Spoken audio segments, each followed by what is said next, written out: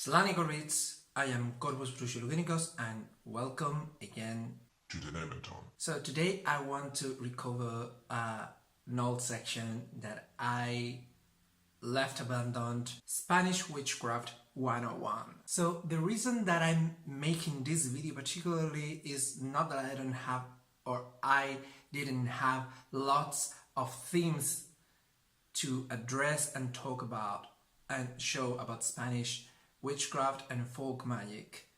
The reason is that I have discovered recently a thing that, according to those who understand this phenomenon, it's not linked to superstition, but to me it's totally linked to superstition and folk magic. Particularly I'm talking about southern Spanish folk magic, particularly from region, a historical cultural region that is called Andalusia. And Andalusia is the region in which I live in. I will give you a little bit of background on this. So in different towns and cities and villages of Andalusia, there's this celebration called Cruces de Mayo. Cruces de Mayo simply translates as May crosses, and it is the custom or the festival in which people build and decorate these crosses that may be like little crosses or really big ones, and they decorate them with flowers or flower-like elements with really vivid and bright colors to welcome spring and to bring in abundance and all this stuff. It is basically derived from the Maypole traditions, but just more Christian-like.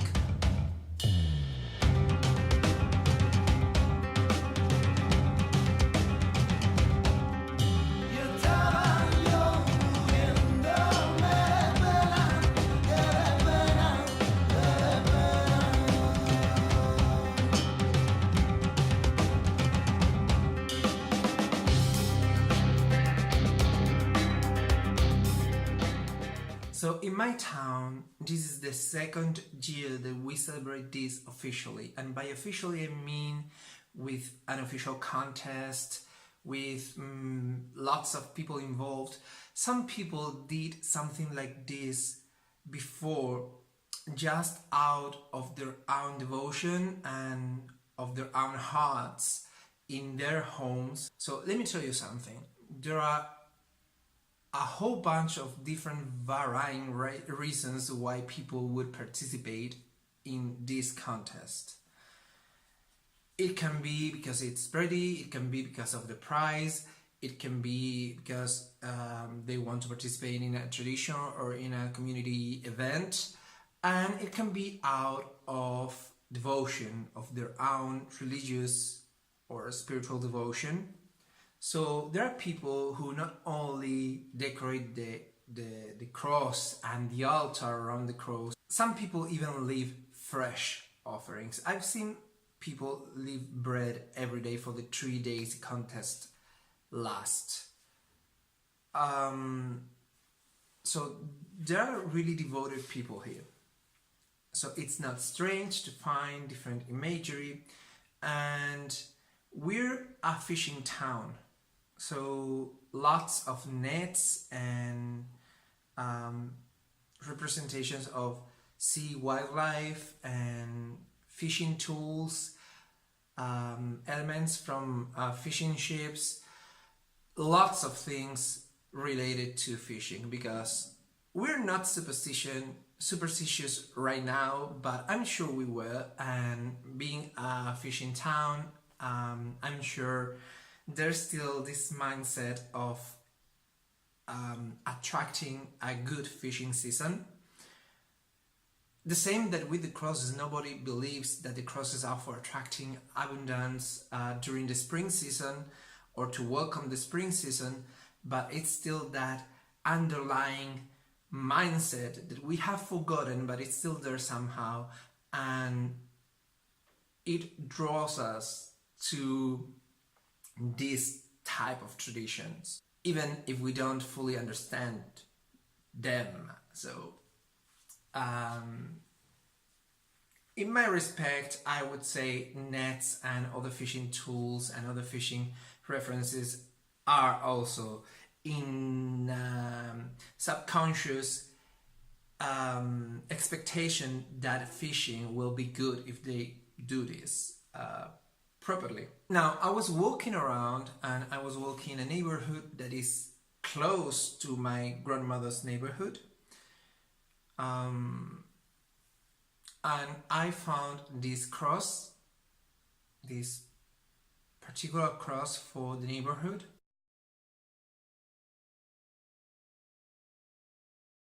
At first sight, I didn't think anything great about it. It's a normal cross, it's not my favorite. But I came closer and I started to notice the particular elements on the altar, and I saw an apple with an open scissors stabbed in it.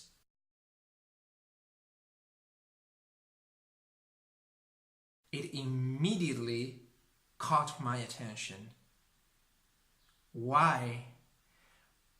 I understand the offerings, I understand leaving fresh flowers and fruit and bread, but why an apple with open scissors stuck in it? This kind of obsessed me for days. I used to joke and say that someone was sneaking witchcraft into a contest because I loved it. It reminded me so much to witchcraft for some reason. And the other day I decided to look for it, to see if scissors stabbed in apples had any meaning that I didn't know about in Christianity or in my region. I found a couple of blog articles in which the authors, they told that many people believe that this is linked in superstition to find an apple with scissors in it. And they insisted a lot that this has nothing to do with superstition, it has to do with wordplay. Here's the thing. We have one word in Spanish for apple, that's manzana.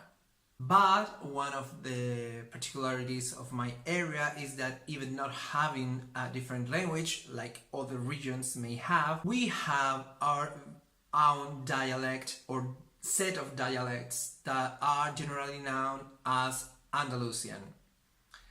It is characterized by different traits. We also have words of our own, words that are absolutely different to the official words for certain objects or things or phenomena or whatever. One of these different words is for apple. Instead of manzana, we say pero. So guys, long story short, I paused the video and I didn't hit record again, so I basically continued speaking while not filming. This is filmed in like 2 days after. In Spanish we say pera to pear, and in the southern area as a counterpart to pera, we instead of manzana we say pero. It sounds like a male counterpart to pera. Un pero is an apple, but in the southern way of speaking. So why an apple with scissors? Because in Spanish, pero is also the word that we use for but.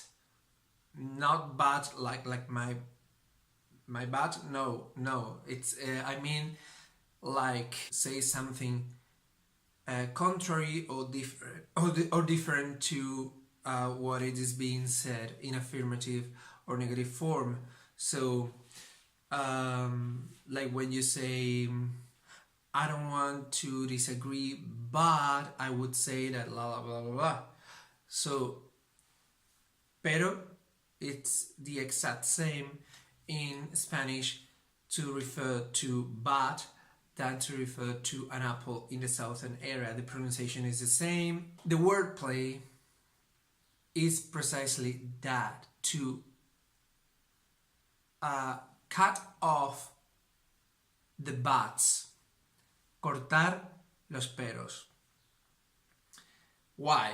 Because when people saw the crosses, they may complain about them, and many times these complaints would start like, pero podrían haberlo decorado blah blah blah blah, meaning that but they could have decorated it like this or like that or whatever. So the intention of putting scissors in an apple, scissors in a pero, is to cut off those buts, to cut off those possible complaints because of that wordplay. And here this pero is meant to be interpreted both as the apple and as a but, as a complaint. And I think it's wonderful. And I must say, in my case, it worked. But I think it's wonderful, and I had no idea. Apparently, it's more common than I thought. And in the previous video, I jokingly say, and now I know there's another witch in town. But apparently, more altars and more crosses than I thought had these apples with scissors stuck in them. At least 2 more. So it's wonderful, and be sure that I will be using this. But it makes me think about folk magic and the power of secrecy. You all know that many traditions require spells to be kept in secret, or else they will lose their effect. And it made me think about this thing because I saw the apple with the scissors and it grabbed the whole of my attention. Had I known the meaning of the apple with the scissors, I would probably have skipped all of the defenses right away. I would have complained about the cross all that I wanted, and the apple wouldn't have had any effect on me. So maybe, just maybe, the secrecy of spells and charms is something to be kept sometimes. And it's something that I have always been against. Not against like that you shouldn't keep them a secret. Against like there's no difference between keeping them a secret or not. But in this case, it had an effect. Not keeping it secret, but the fact that I didn't know. But I was so excited to discover something new in folk customs or folk magic, and something that is particularly Southern Spanish, which is the area where I live in. Then I thought that it would be great to reactivate this Spanish Witchcraft 101. I am so in love with it for many reasons. Also because you need to be involved in Andalusian culture to be able to perform this, let's call it charm. Because if you're not in Andalusia or you're not involved in Andalusian culture, you have no idea that the apple is called that way. You don't get to catch that double meaning. I don't say to be affected by it, quite the contrary, but to do it, you need to be involved in Andalusian culture. So this makes this folk charm very unique to Andalusian areas. But this is all for today. Please tell me in the comments down below what do you think.